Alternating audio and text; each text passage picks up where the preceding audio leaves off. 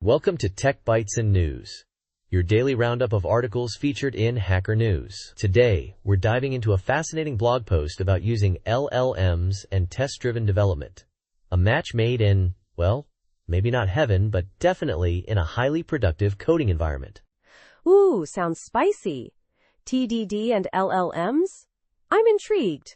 What's the core idea here? The author argues that LLMs, while prone to generating spaghetti code, can actually improve TDD. Think of it. You write tests first, the LLM generates code to pass those tests, and boom, you've got a working module. It's like having a superpowered coding intern, but one that never needs coffee breaks or a salary. Haha, I see. But isn't TDD notoriously slow?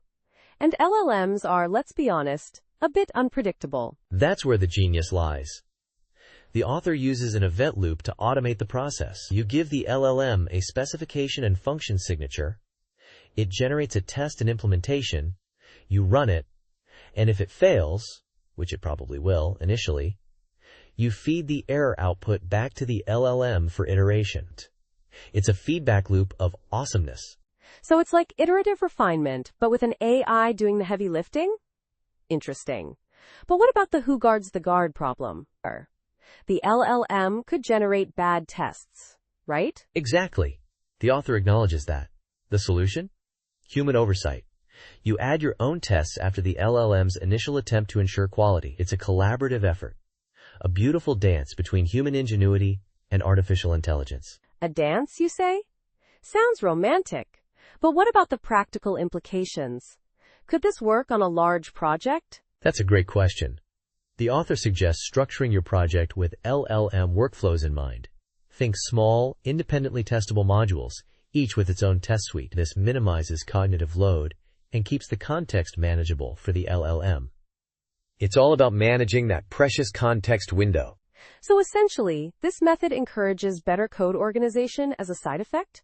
That's a pretty compelling argument for adopting this workflow, even if the LLM aspect were to become obsolete someday. Precisely.